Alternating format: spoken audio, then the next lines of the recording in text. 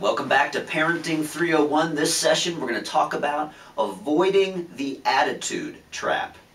Have you ever heard someone say, or maybe you've said yourself, he's got a terrible attitude, or she needs to fix her attitude, or maybe his attitude stinks. What a tude! In the Bible, I wonder if Samson's parents ever said words like that about him. You remember Samson from Judges chapters 13 to 16, the popular, brash, good-looking man's man who had everything going for him. Samson was dedicated to God before birth, and he was on the gifted and talented track of life. Today, Samson might have become an Olympic athlete. He had all the tools, the athletic ability, the physical strength, the courage, the leadership qualities, even great hair. Although he lived long before the arrival of arrogant, trash-talking athletes, he definitely had a tude. Arrogant and proud, Samson thought that all he needed in life were his own strength and abilities. Weren't the rules only designed for weaker and less gifted men? Just to give you a little taste of Samson's attitude, listen to this about him in Judges chapter 14. Samson went down to the town of Timnah and saw there a young Philistine woman. When he returned, he said to his father and mother, "I've seen a Philistine woman. Now get her for me as my wife." His father and mother replied, "Isn't there an acceptable woman among all our people? Must you go to the Philistines to get a wife?" They were the enemy of Samson's people. But Samson said to his father, "Get her for me. She's the right one for me." This attitude of arrogance, of not having a teachable spirit, of not listening to advice, of thinking that he was above the rules, this stayed with him throughout his life. But he found out just how wrong he was when he fell for a woman named Delilah. Delilah plotted with Samson's enemies against him. And when Samson betrayed his lifelong covenant with God and told her the secret to his strength, he was left to survive on his own, and his life collapsed.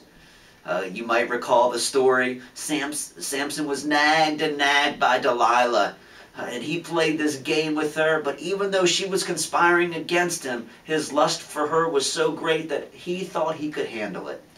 Finally, he gave in and told her the secret to his strength, and I believe that even then he thought he would be able to overcome his enemies. But this time God left him, and on his own he was subdued. The Philistines captured him, gouged out his eyes, and basically put him to slave work in prison. And Samson's life was ruined. God has some words of his own for what we call, for today, what we call this attitude. God calls it rebellion and pride. He despises them both. Proverbs 16:5 says, "Everyone who is proud in heart is an abomination to the Lord." Jesus says, "And whoever exalts himself shall be humbled, and whoever humbles himself shall be exalted." When we display an attitude of self-conceit or arrogance, saying, "I can do it myself, leave me alone, what do you know anyway?" we're falling into the attitude trap. At the very core of this behavior is pride and rebellion and undisguised self-centeredness. It's a root disease of the heart. And because especially our teenagers are trying to figure out who they are and what they're supposed to do and what's expected of them, all the issues focus on the big me, and it can come out as attitude. Dennis and Barbara Rainey in their book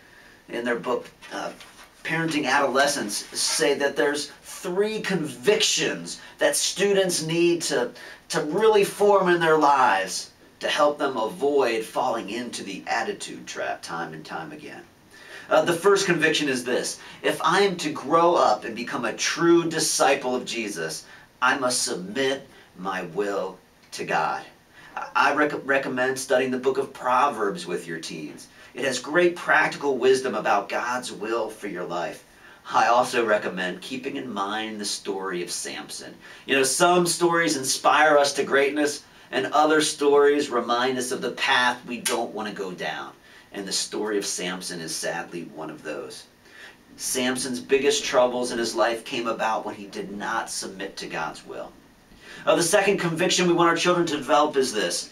They need to realize that how I submit to my parents' standards and requests reveals whether my heart is full of pride and rebellion or is of a teachable spirit.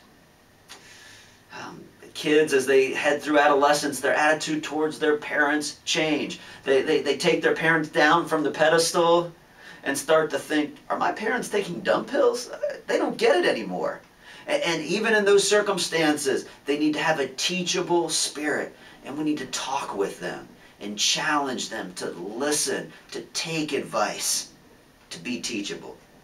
Samson wasn't teachable, and his arrogant spirit cost him dearly. And then the third conviction we want our children to develop is this. I will learn how to deny my own interests in order to help and serve others.